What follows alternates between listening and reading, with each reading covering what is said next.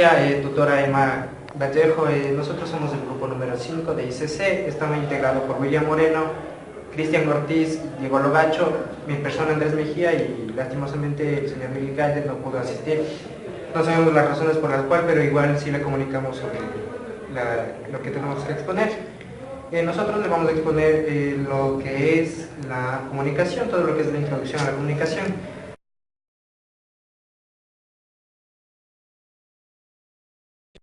La comunicación, según la Real Academia de la Lengua Española, la comunicación se define como la acción o efecto de comunicarse entre dos personas. También se le llama la comunicación lo que es el cruzar información entre otra persona que sean de la misma comunicación lingüística. Es decir, si es que yo hablo español, no voy a poderme comunicar fluidamente con una persona que habla inglés, porque no me va a poder entender lo que yo estoy tratando de decirle o la información que le quiero cruzar. También tenemos que tener una comunicación fluida. No podemos decir, por ejemplo, dudar de nuestras ideas, de la que queremos transmitir a la otra persona.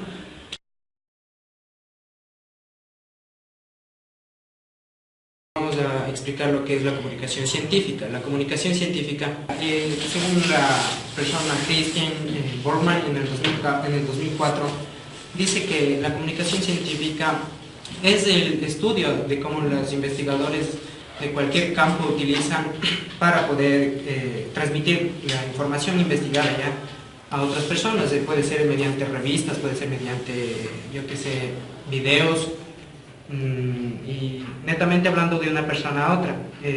Digamos, por ejemplo, en el campo de las matemáticas, en nuestro caso el ingeniero Alfredo Naranjo quiere comunicarse con nosotros sobre lo que es la lógica matemática.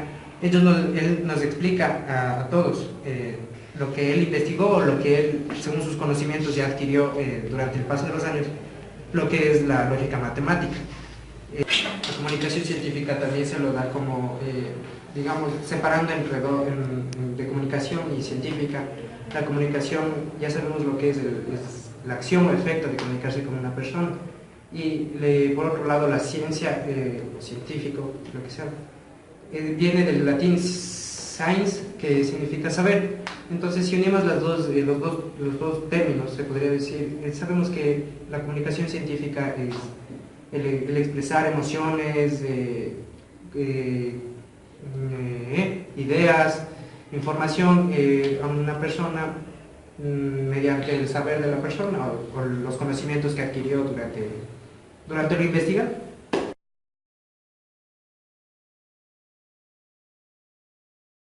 Hablar sobre la comunicación escrita.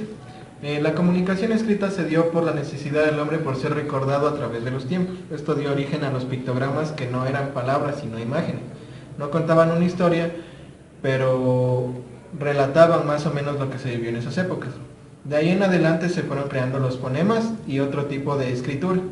Y más que nada la escritura se formó para que las personas que se iban perdiendo con el paso del tiempo vayan dejando una huella y vayan dejando una base para que las demás personas inicien lo que es la escritura hasta el momento.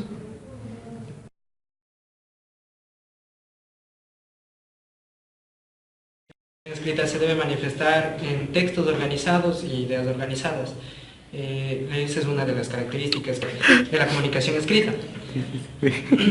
El mensaje producido en la comunicación escrita es verificable, claro, lógico, siempre y cuando el mensaje transmitido se base en argumentos verificados. Esto también es otra característica de la comunicación escrita.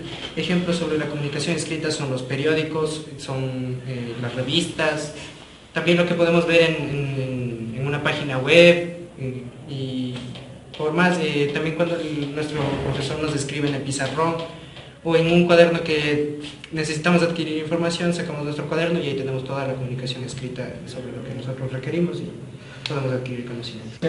La comunicación oral es el medio por el cual el ser humano transmite sus necesidades múltiples, utilizando una misma lengua que, sistematizada, produce el habla.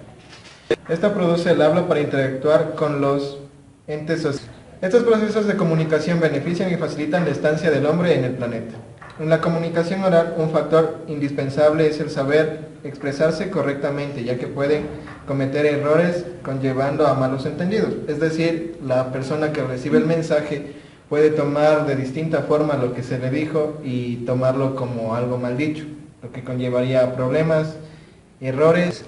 Cuando nos expresamos de mala manera, esto puede conllevar a que la comunicación fracase, por lo que podríamos llegar a tener problemas laborales, sociales o familiares. Sobre los orígenes de la comunicación oral. Si recordamos, la comunicación empezó cuando las personas comenzaron a emitir ruidos, lo que ocasionó el habla y así comenzaron a interactuar entre ellos. La comunicación oral es temporal, por ser así es el circuito de la comunicación, se puede detectar a tiempo y corregir los errores. Podemos comunicar con mayor credibilidad nuestras emociones y sentimientos, que son decisiones propias. Por eso lo llamamos la comunicación personalizada entre otras personas.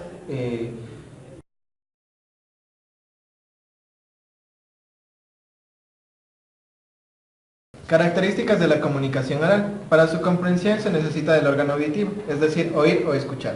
La comunicación se presenta según el orden progresivo o sucesivo que ocupa cada palabra en la cadena del habla. El hablante puede revocar ya lo dicho, pero el efecto provocado en el destinatario no puede ser corregido. Les voy a explicar algunos de los ejemplos sobre la comunicación oral.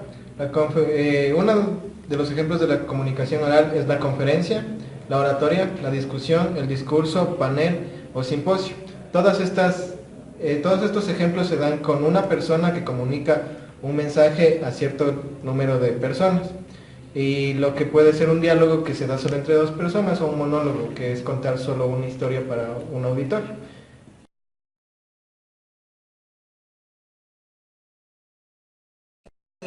De comunicación se denomina proceso de comunicación al intercambio de información, de conocimientos, ideas, estados de ánimo. Ya. El proceso de comunicación, para que se produzca un acto comunicativo, es necesario que intervengan diversos elementos como el emisor, el receptor, el mensaje, el código, medio, canal. Ya. El emisor es la persona que elabora y transmite la información. Soy el receptor. Otra vez el receptor recibe la información sin poder convertir en emisor. Entonces se trata de mensajes unilaterales. El mensaje es el contenido informativo que se transmite. Este mensaje se elabora por medio de signos. Un signo es una realidad que se recibe a través de los sentidos y evoca la representación de otra cosa. Emisor y receptor. Un ejemplo sería, en este caso hablamos de mensajes bilaterales con frecuencia. Los papeles de los interlocutores, es decir, el emisor se puede convertir en un receptor o viceversa.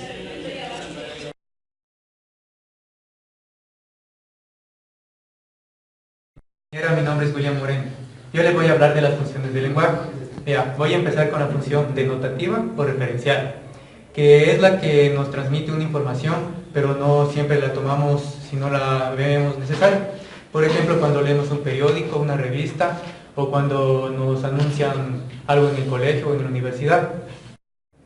La siguiente función de la que les voy a hablar es la función emotiva o expresiva, que es en la cual el ser humano demuestra sus sentimientos.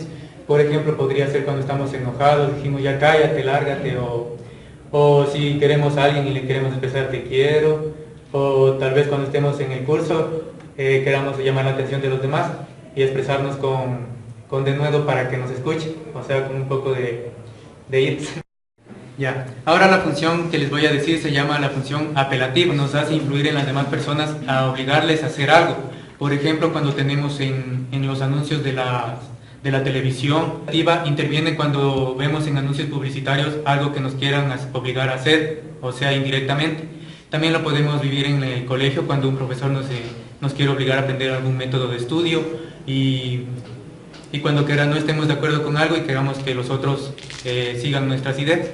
La función fática es la que se presenta en todo momento en el que nos valemos por un dispositivo para comunicarnos, como por ejemplo en el celular, que nosotros siempre lo usamos para comunicarnos a través del Facebook con emoticones, y en esto se basa principalmente esta función.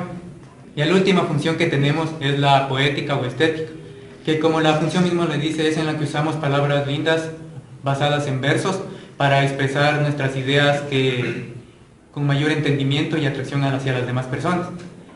Y en esto nos basamos para influir en las personas, porque a la misma vez que es poética también es un poco de persuasiva.